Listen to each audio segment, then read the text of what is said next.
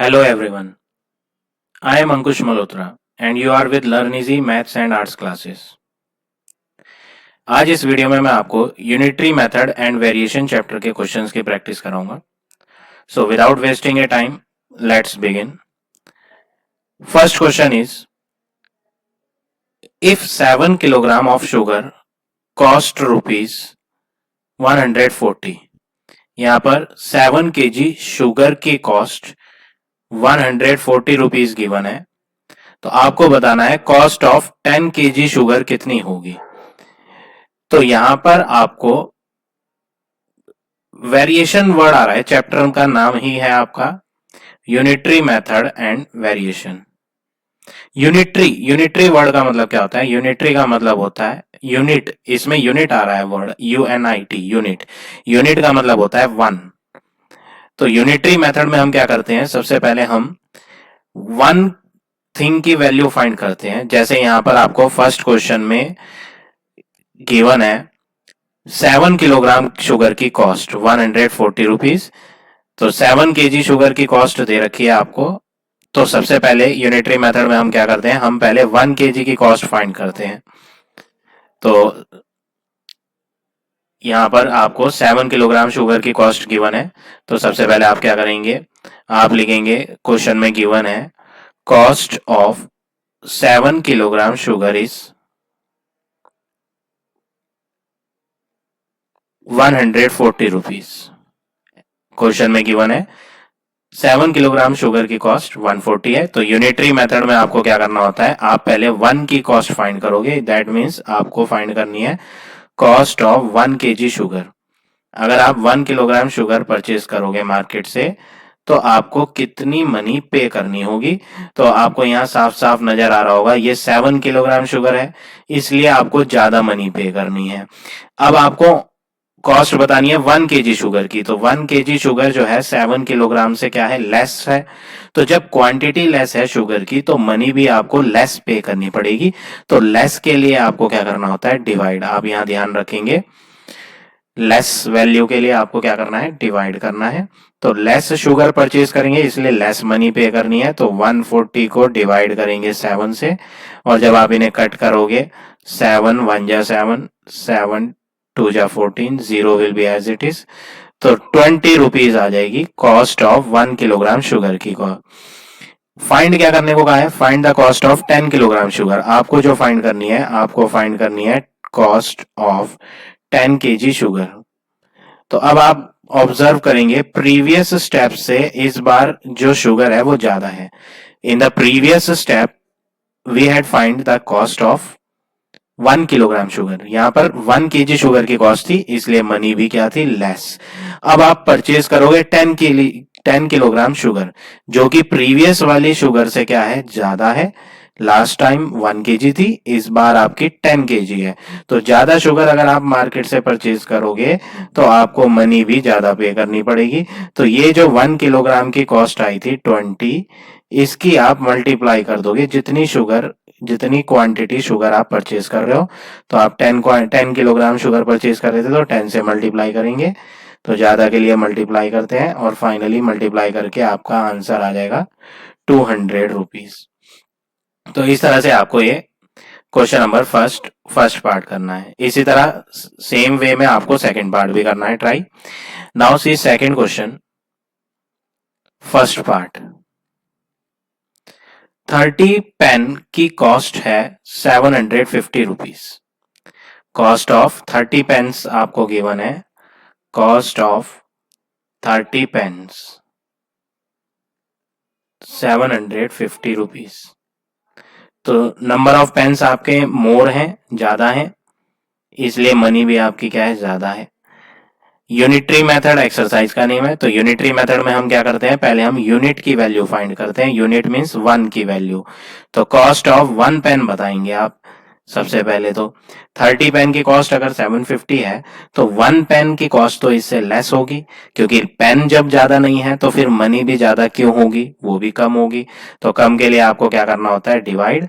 तो जो 750 रुपीज थे हम इनको डिवाइड कर देंगे 30 से. जिस वैल्यू को आप 1 बना रहे हो उस वैल्यू से डिवाइड करेंगे। तो 1 किसको बनाया है, इस 30 को बनाया है, तो 30 से डिवाइड करेंगे, लास्ट जीरो कैंसिल हो जाएंगी, 3 से 75 कटेगा, तो 3 2 जा 6, रिमाइंडर 1, 3 5 जा 15। तो यहाँ पर आपकी कॉस्ट ऑफ 1 पेन आ गई है 25 रुपीज। तो 1 पेन 25 रुपीज का है। अब आपको फाइंड क्या करना है, how many pens will cost rupees 1000। आपको बताना है कितनी पेन की कॉस्ट 1000 होगी। नंबर ऑफ पेन्स फाइंड करने हैं, how many pens, number of pens find करने हैं। तो आपको बताना है number of pens that will cost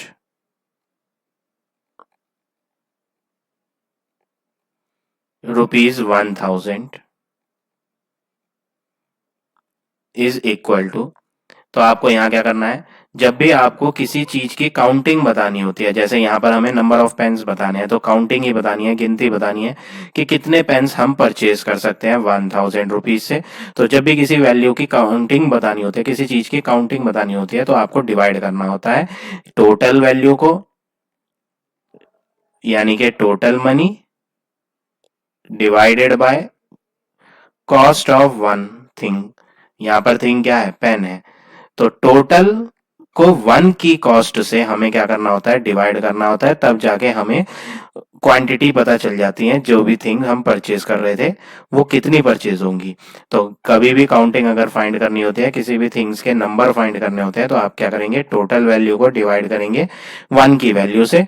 तो टोटल मनी आप कितने लेकर जा रहे हैं मार्केट, 1000 रुपीज, और आप इससे डिवाइड कर देंगे, किस वैल्यू से डिवाइड करना है, 1 पेन की कॉस्ट से, जो कि हमने यहाँ फाइंड करी थी 25 रुपीज 1 पेन की कॉस्ट है।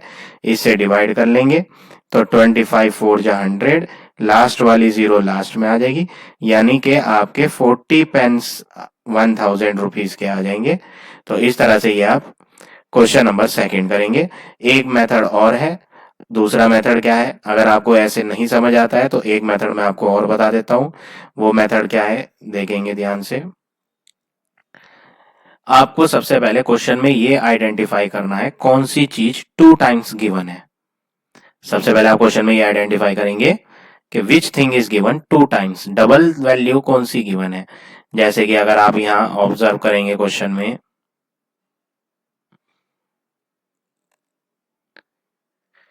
30 पेन्स की कॉस्ट 750 है, तो यहां पर 750 रुपीज दिया है और आगे जाकर फिर दोबारा से रुपीज दे दिए हैं। तो आपको कौन सी वैल्यूज डबल दे रखी है, रुपीज, मनी डबल है, रुपीज 2 बार आ रहे हैं, लेकिन नंबर ऑफ पेन्स 1 बार आ रहे हैं। तो आप इसमें जो इजी वे है, जो शॉर्टकट तरीका मैं आपको बता रहा हूं, वो आप ध्यान रखेंगे तो कभी मिस्टेक नहीं होगी। आपको सबसे पहले ये ऑब्जर्व करना है कौन सी चीज ट्वाइस दे रखी है, 2 टाइम्स। तो हमने यहाँ ऑब्जर्व कर लिया, हमें यहाँ पर रुपीज 2 टाइम्स दिए हैं। पहली मनी थी 750 और बाद वाली मनी थी 1000। तो जो चीज आपको डबल दी हुई होती है, आप उसे इक्वल टू के लेफ्ट हैंड पे लिखना। मैं यहाँ इक्वल टू का साइन पुट कर लेता हूं। लेफ्ट हैंड पे हमें वो चीज लिखनी है जो डबल की गिवन है। मैंने आपको क्वेश्चन में चेक करके बताया, मनी डबल थी 750 रुपीज और 1000 रुपीज, तो मनी हम लेफ्ट हैंड पे लिखेंगे। नंबर ऑफ पेन्स जो थे वो 1 टाइम थे क्वेश्चन में, तो उसे हम इक्वल टू के राइट हैंड पे लिखेंगे। यहाँ ये इजी वे है जो मैं आपको बता रहा हूं। तो आप सेंटेंस कैसे लिखेंगे, क्वेश्चन में बोला था 30 पेन्स की कॉस्ट 750 है। आप इस सेंटेंस को उल्टा करके लिखोगे, क्योंकि लेफ्ट हैंड पे हमें मनी लिखनी है, मैंने आपको बताया है।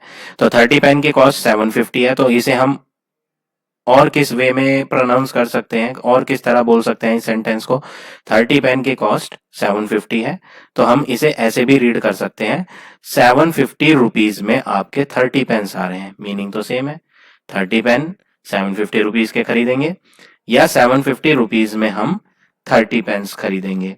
तो आप यहां क्या लिखेंगे, rupees 750 is the cost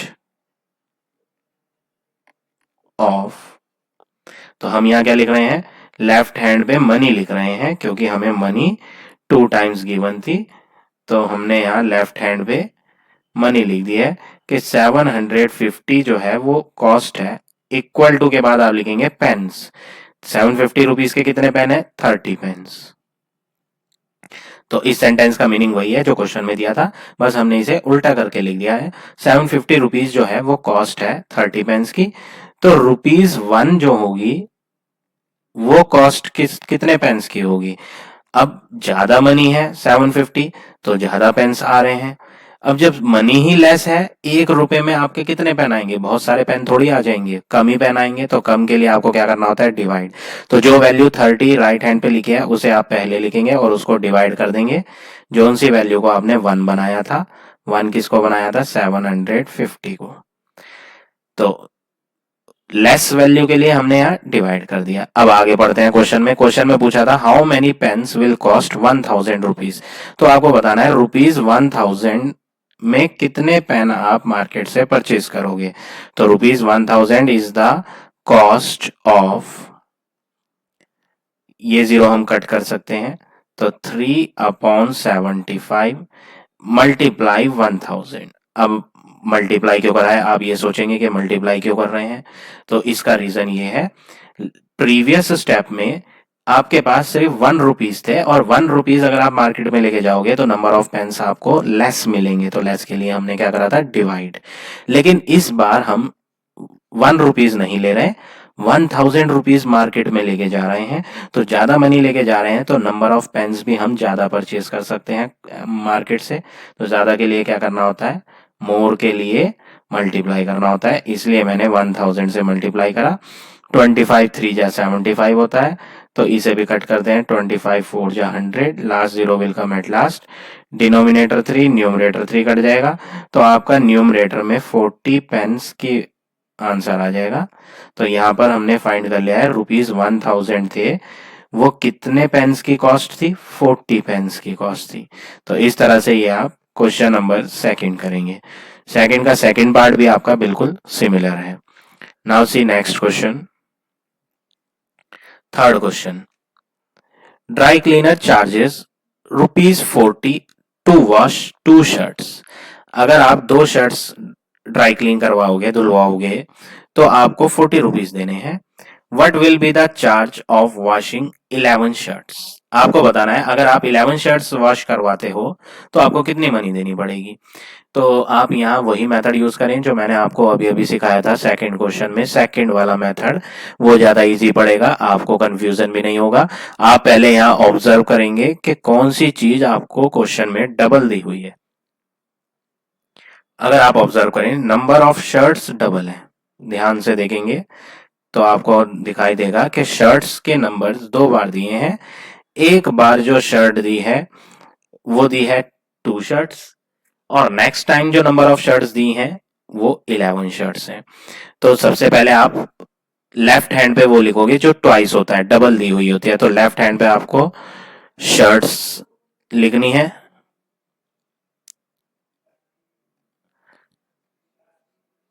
number of shirts हमें कहा लिखनी है? लेफ्ट हैंड पे।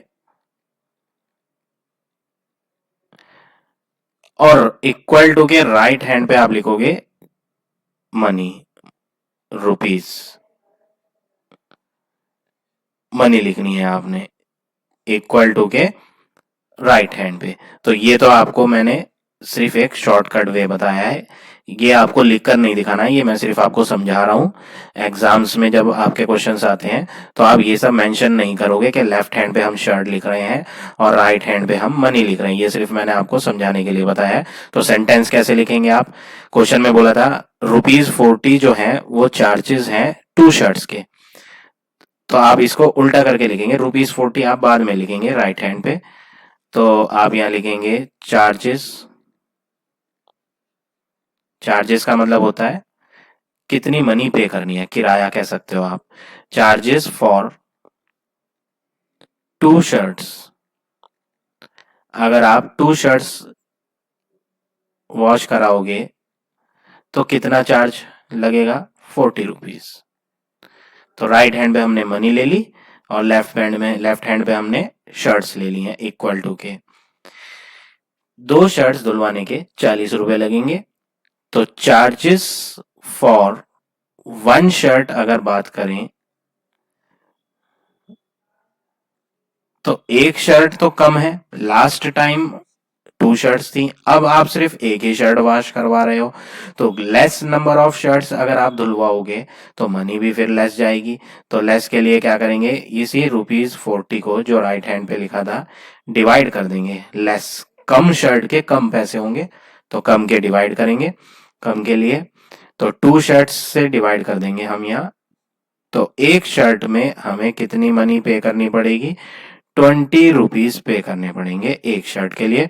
अब क्वेश्चन में पूछा था what will be the charge for washing 11 shirts, आपको बताना है चार्जेस फॉर 11 शर्ट्स। अगर आप 11 शर्ट्स वॉश करवाओगे तो आपको ज्यादा मनी पे करनी पड़ेगी। प्रीवियसली हमने सिर्फ इस स्टेप में एक शर्ट वॉश करवाई थी तो लेस मनी दी, अब तो नंबर ऑफ शर्ट्स ज्यादा हैं तो ज्यादा के लिए मल्टीप्लाई 11 इंटू 20, यानी आपको ₹220 पे करने पड़ेंगे 11 शर्ट्स के लिए। इस तरह से आप ये क्वेश्चन नंबर 3 का फर्स्ट पार्ट करेंगे। सेकंड भी बिल्कुल आपका सिमिलर है, वो भी आप खुद ट्राई करेंगे।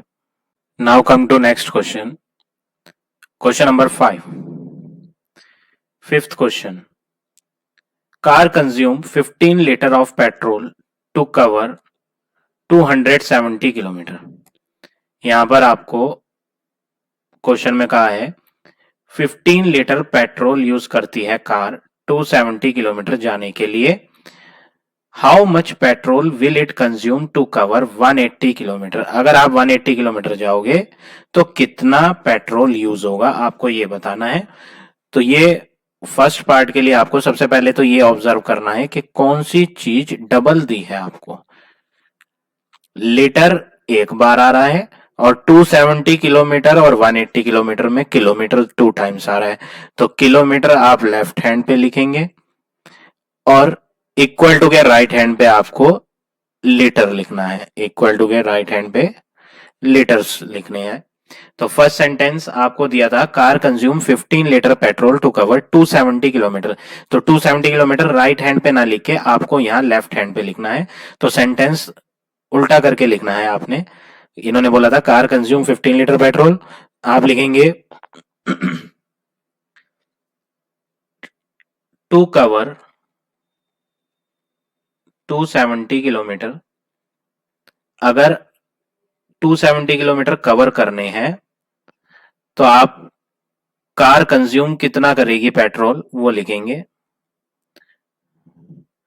To cover 270 kilometre car consume how much petrol वो हम राइट हैंड पे लिखेंगे, to cover 270 kilometre car consumes equal to के राइट हैंड पे लिखना है 15 लीटर पेट्रोल।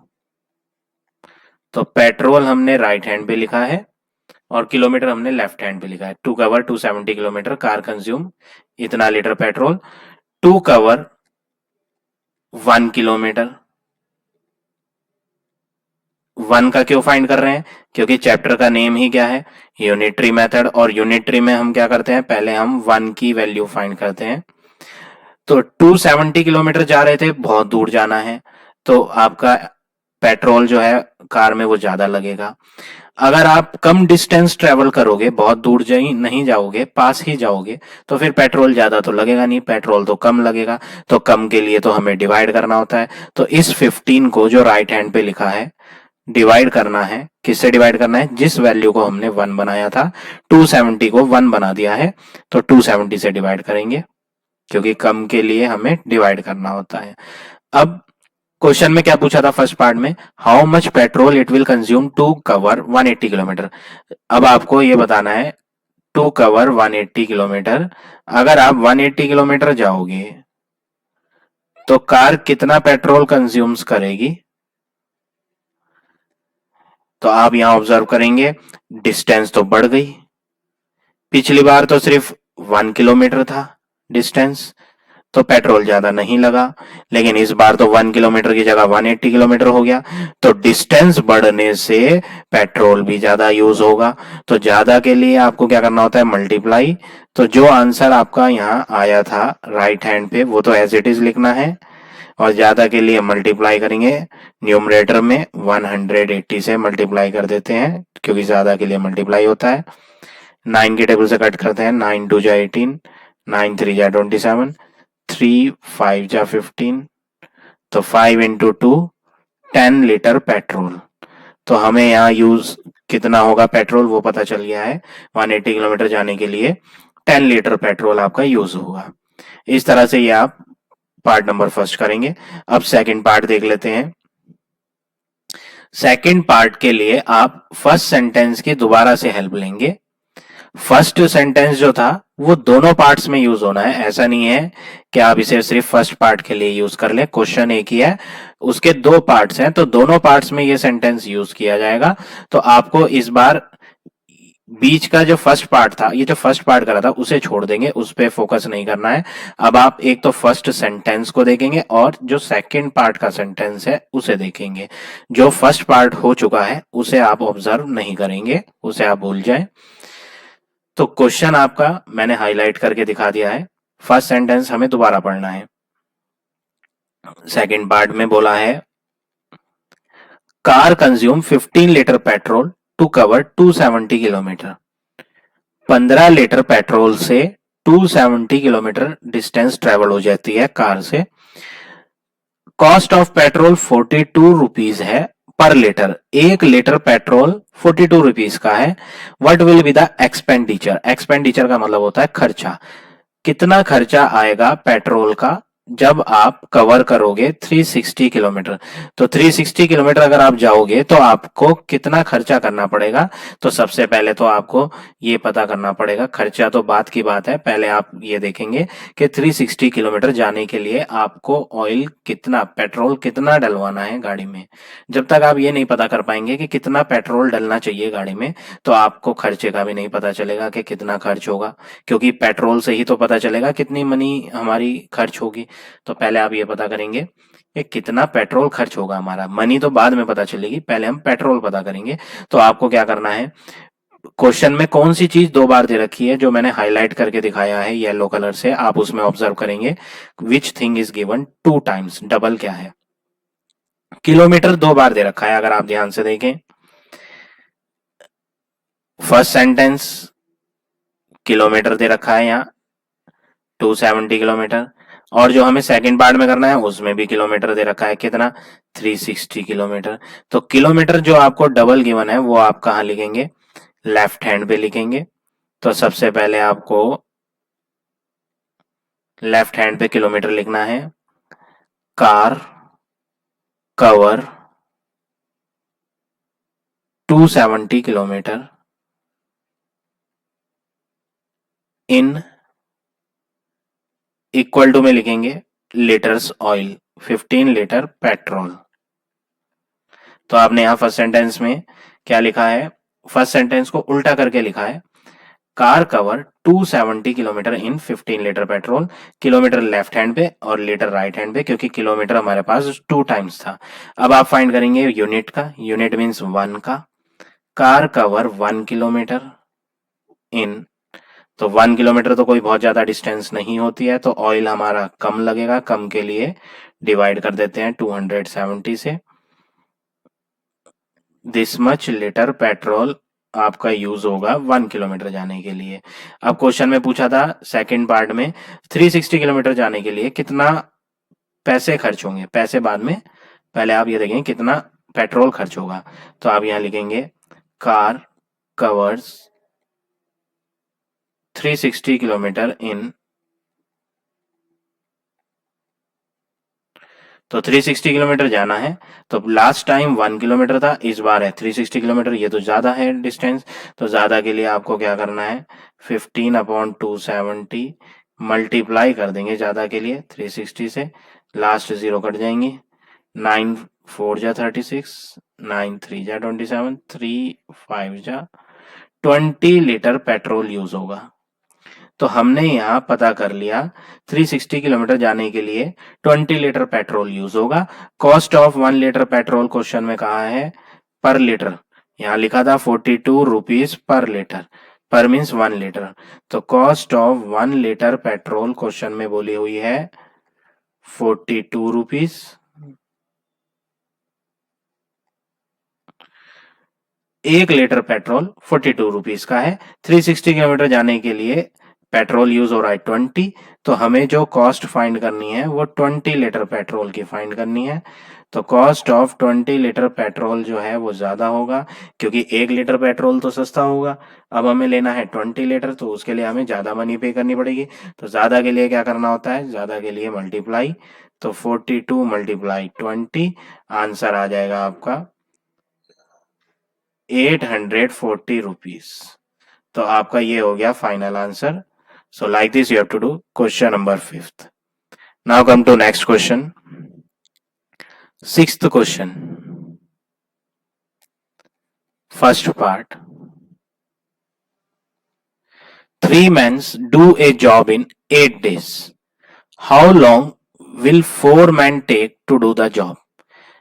क्वेश्चन में कौन सी चीज 2 टाइम्स दी है आप ये ऑब्जर्व करेंगे। डेज तो आपका एक ही बार दिया है। Man, number of mens 2 times दिए हैं।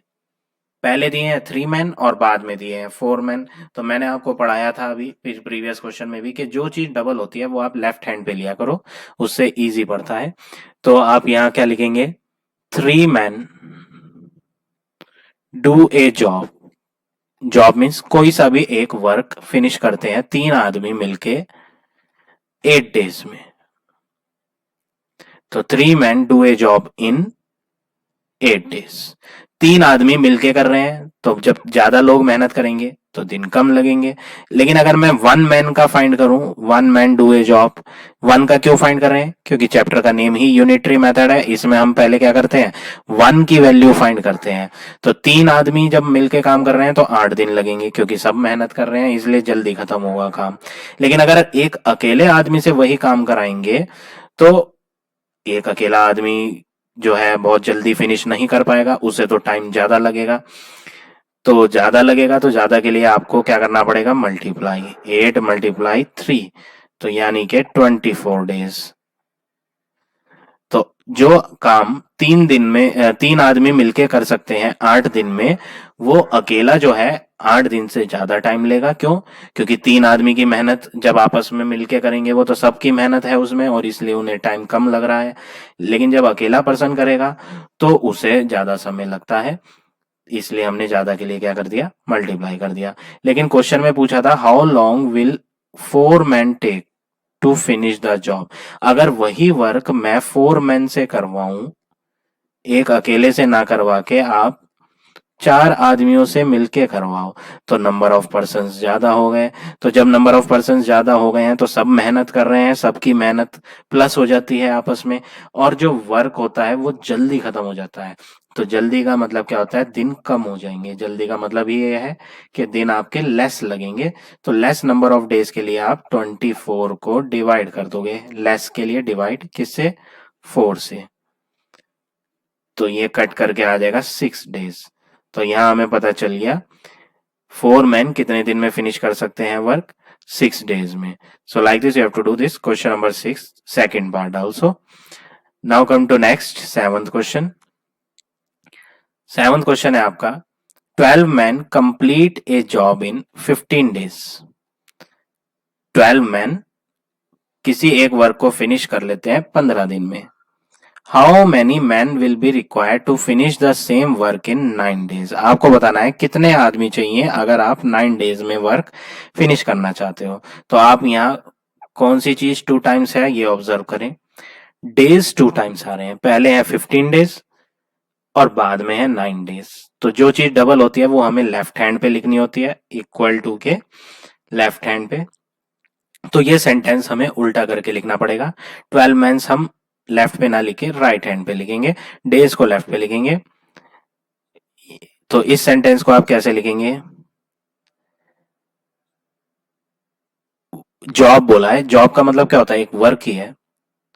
Job is finished in 15 days. आपने यहां लिखा है जो जॉब थी वो खत्म हुई है 15 डेज में बाय 12 men। राइट हैंड पे हमने लिख दिया किसने फिनिश करा है 15 डेज में, 12 आदमियों ने फिनिश करा है। तो job is finished in 1 day. अब अगर मैं कहूं कि 15 दिन का काम आप एक ही दिन में करो, सपोज करो आप के घर में वर्क चल रहा है, कंस्ट्रक्शन वर्क, आप एक बिल्डिंग बना रहे हो, छोटी सी बिल्डिंग, एक रूम बना रहे हो सपोज, तो एक रूम बना रहे हो आप, 15 दिन में बन रहा है, एक हॉल सा बना रहे हो, 15 डेज में बन रहा है वो हॉल। कितने आदमी वर्क पे लगे हुए हैं? 12 आदमी वर्क पे लगे हुए हैं। लेकिन मैं लेबर्स जो मजदूर लगे हुए हैं, मैं उनसे क्या हूं, ठेकेदार से, जो मेसन होता है, जो घर बनाता है ठेकेदार, उसे हम कहें कि हमें 15 डेज नहीं, हमें तो आज ही आज में आप ये पूरा घर, पूरा रूम बनाकर रेडी करके दो। तो अगर एक ही दिन में अगर कोई वर्क फिनिश करना होता है तो फिर नंबर ऑफ पर्सन्स तो आपको बढ़ाने पड़ेंगे, क्योंकि कम पर्सन होंगे तो वो जल्दी वर्क कैसे फिनिश करेंगे, उन्हें तो ज्यादा टाइम लगेगा। तो 15 दिन में अगर काम खत्म करना था तो 12 आदमी लगे हुए हैं काम पे। लेकिन अगर 15 दिन का काम एक ही दिन में करना पड़ जाए, तो एक ही दिन में अगर खत्म करना है तो जो है नंबर ऑफ लोग, नंबर ऑफ पर्सन जो है वो ज्यादा होने चाहिए। तो ज्यादा के लिए आप 12 की मल्टीप्लाई कर दोगे 15 से। तो इतने मैन आपको चाहिए एक दिन में काम खत्म करने के लिए। अब आगे पढ़ते हैं क्वेश्चन में। आगे बोला है how many man will required to finish a job in 9 day. अगर वही काम फिर 9 डे में फिनिश करना हो तो job is finished in 9 days by, अब तो समय ज्यादा है, एक दिन नहीं है। पिछली बार एक दिन था, प्रीवियस स्टेप में मैंने यहाँ 1 डे का वर्क निकलवाया, 1 डे में निकलवाया था। अगर एक ही दिन में कोई बड़ा काम फिनिश करना है तो नंबर ऑफ पर्सन बढ़ाने पड़ते हैं, तो यहाँ हमने इंक्रीज कर दिए थे मल्टीप्लाई करके। लेकिन अब हमें समय ज्यादा मिल चुका है, अब एक दिन में ना खत्म करके हमारे पास 9 दिन का समय है। तो 9 दिन का समय है तो फिर हमें ज्यादा लोग रखने की क्या जरूरत है वर्क पे? ज्यादा लोग तो तब जरूरत पड़ती है जब हमें किसी वर्क को जल्दी फिनिश करना हो। अब तो हमारे पास 9 दिन का समय है, तो जब 9 दिन का समय है, एक दिन की जगह 9 दिन हो गए हैं, तो फिर लोगों की संख्या तो घटा सकते हैं हम। तो नंबर ऑफ पर्सन हम क्या कर देंगे, कम कर देंगे। कम के लिए क्या करना है, जो ये 12 इंटू 15 आया था इसको हम डिवाइड कर देंगे। कम करने के लिए डिवाइड बाय 9, 3 3 जा 9, 3 4 जा 12, 3 5 जा 15, 4 इंटू 5 करेंगे तो 20 हो जाएगा। इससे हमें यह पता चल गया कि अगर आपको 9 दिन में काम खत्म करना है तो आपको कितने लोगों की जरूरत है, 20 आदमी की जरूरत पड़ेगी। So like this you have to do this question number 7। Now next question, question number 9। A hotel has enough food to feed 250 students for 30 days. Sorry, hotel word पढ़ लिया है, it is not hotel, it is hostel. तो school में आपके hostel है और hostel में काफी फूड है, इतना फूड है कि 250 स्टूडेंट्स जो हैं 30 डेज तक फूड कंज्यूम कर सकते हैं। How long will the food last for 300 students. तो 300 स्टूडेंट्स अगर होंगे तो फूड कितने दिन चलेगा, आपको ये बताना है। सेम मेथड आप यूज करेंगे जैसा प्रीवियस क्वेश्चंस में यूज करा है। कौन सी चीज 2 टाइम्स दी है आप पहले ये ऑब्जर्व करें। नंबर ऑफ स्टूडेंट्स 2 बार आ रहे हैं, 250 और 300। तो स्टूडेंट्स आप लेफ्ट हैंड पे लेंगे और डेज राइट हैंड पे। तो सेंटेंस बिल्कुल सही लिखा हुआ है, आप ऐसे ही लिखेंगे, स्टूडेंट्स लेफ्ट हैंड पे, hostel has food to feed, feed means खिलाने के लिए, 250 स्टूडेंट्स को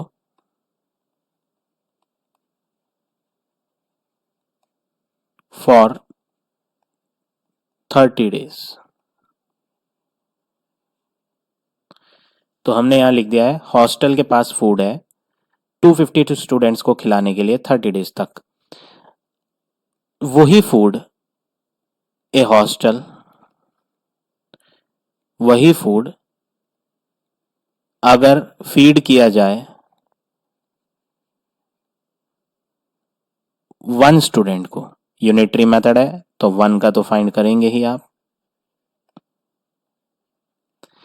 तो प्रीवियसली 250 स्टूडेंट्स को खाना खाना था, तो कितने दिन तक चला है खाना? 30 डेज तक।